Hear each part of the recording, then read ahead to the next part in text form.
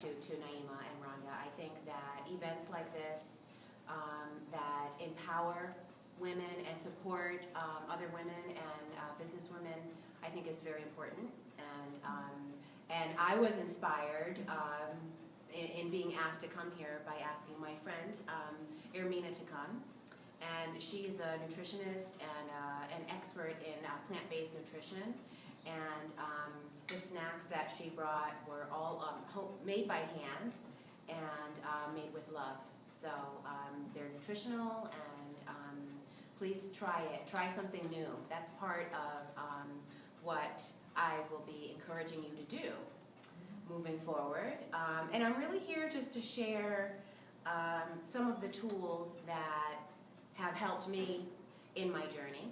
And I think as we tell our own story, it's important to remember that all the time, we're teaching and learning, whether you realize it or not.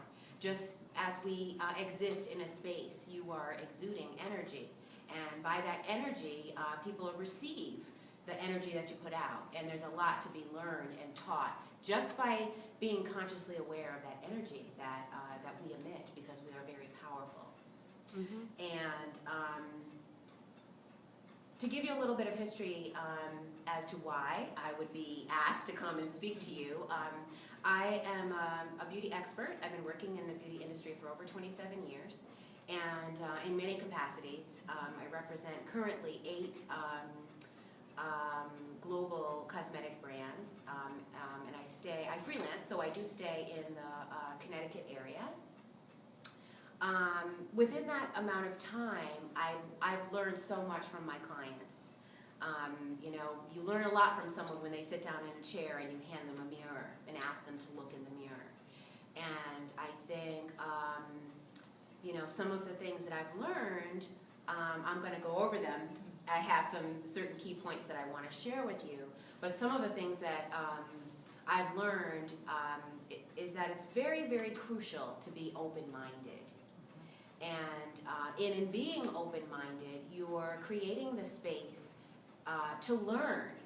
Because when you're closed-minded, all you're really doing is having your perspective go in to yourself, and you're shielding away opportunities to learn new things. Mm-hmm. So a good portion of the women that I've worked with over the years have talked about their flaws and the aging process and imperfections, and some of the aspects as far as beauty that I would pass on would be, we can so easily amp up the magnifying glass, and focus in and hone in on every little imperfection that we see when we look in the mirror. And I really do encourage women and people in general to see the big picture. I mean, we're visual people as humans. Mm-hmm. We're visual, and we see, so we perceive everything that we see, and we are quick to judge. And so part of that visual experience is, when you walk out the door, what you choose to put on, what color lipstick you put on, what color sweater, what color scarf. And there's so much that can be communicated in those choices that we make every day. Mm-hmm.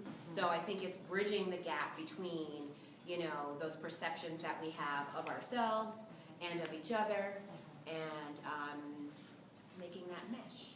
Mm-hmm. Okay.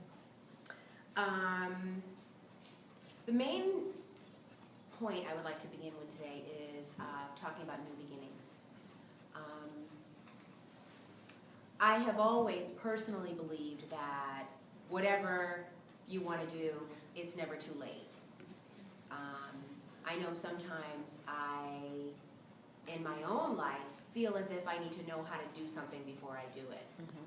And that's what, on this current journey that I'm in right now, such as being here, doing this tonight, mm-hmm. And just anything in life, I'm trying to just go with the fact that this thing that I desire doing, that it resonates with me, so I can do it. Even if I don't know how to do it. Even if I don't have any resources in, pulling together what I need to make it happen, I have me. Mm-hmm. And one thing I always kind of go back to historically in my family, and I think as people of color, is we are brilliant masters at creating something out of nothing.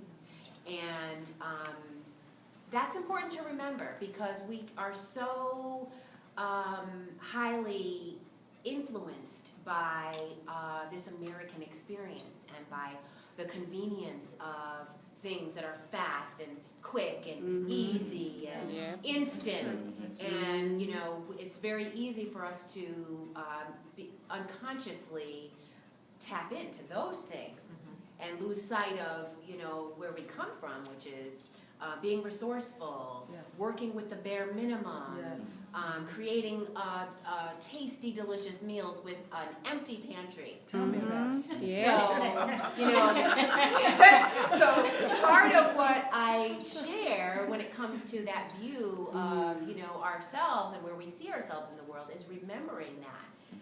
And that, to me, correlates directly to not knowing how to do something, but doing it anyway. You know, not even if you don't have a college education or a high school education, still having the wherewithal to do what, you know, you desire doing, and the gift that you're given to do it. Because if you have the desire to do it, that's a gift. Yes, that's a gift. So the other thing is, you know, knowing what you like. You know, what colors do you like? What scents do you like? And the